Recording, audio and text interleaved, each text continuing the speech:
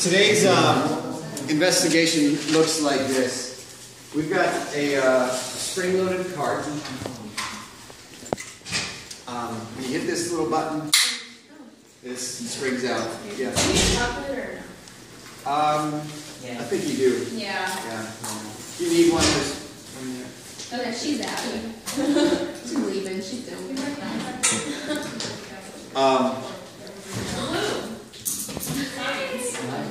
You're going to have a ramp. Okay. We have it now. 2, 4, 6, 8, 10, 12.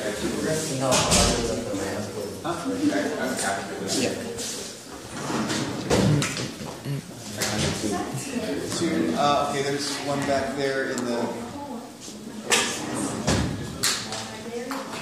Fortunately, I only have one graphic calculator now. And Kaya, we've got one more test.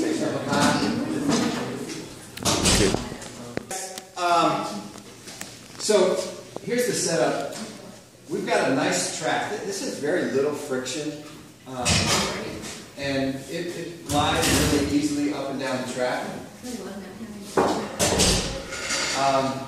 And we wanted to put a backing plate here for it to push off of. Right? It's going to push off the plate, the plate's going to push on it, and so forth.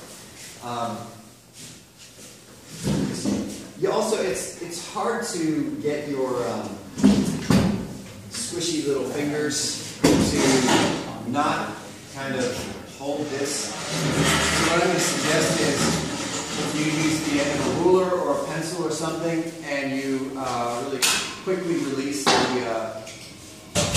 the spring, okay, of the piston. And then to get it back in place, you just push it down and then push that in, it resets. Okay. Unfortunately, there's only one setting, but fortunately, that allows us to have some repeatability. Okay. What we're going to look at is how does changing the angle of the cart, the angle of the ramp affect the motion of the cart.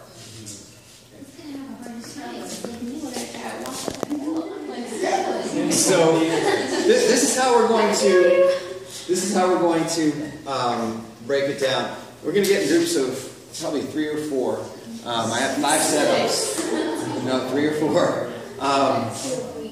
And you're going to decide as a group what aspect of the motion you want to study. Could be any. Okay.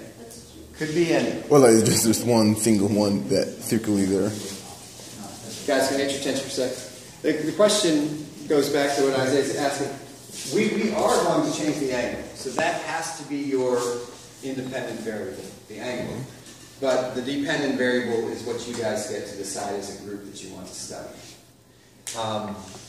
You're going to want to collect some data and plot it. We're going to share it up here.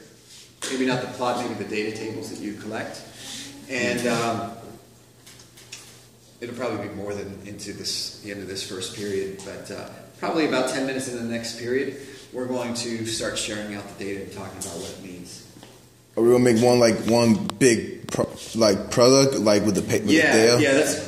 We're going to. So since everybody's going to be hopefully looking at different aspects of the motion, we're going to share out, and it's going to be a collective class effort. My favorite. Yeah, there won't be one specific report, but hopefully we'll learn something from it. So I'm going to put like 10 minutes on my timer. What I want you to do is arrange yourselves in those groups and figure out the different types, the different ways the emotion is going to be affected, and which one your group wants to study before you start. Okay, go ahead and get yourself. Okay. I like a plan.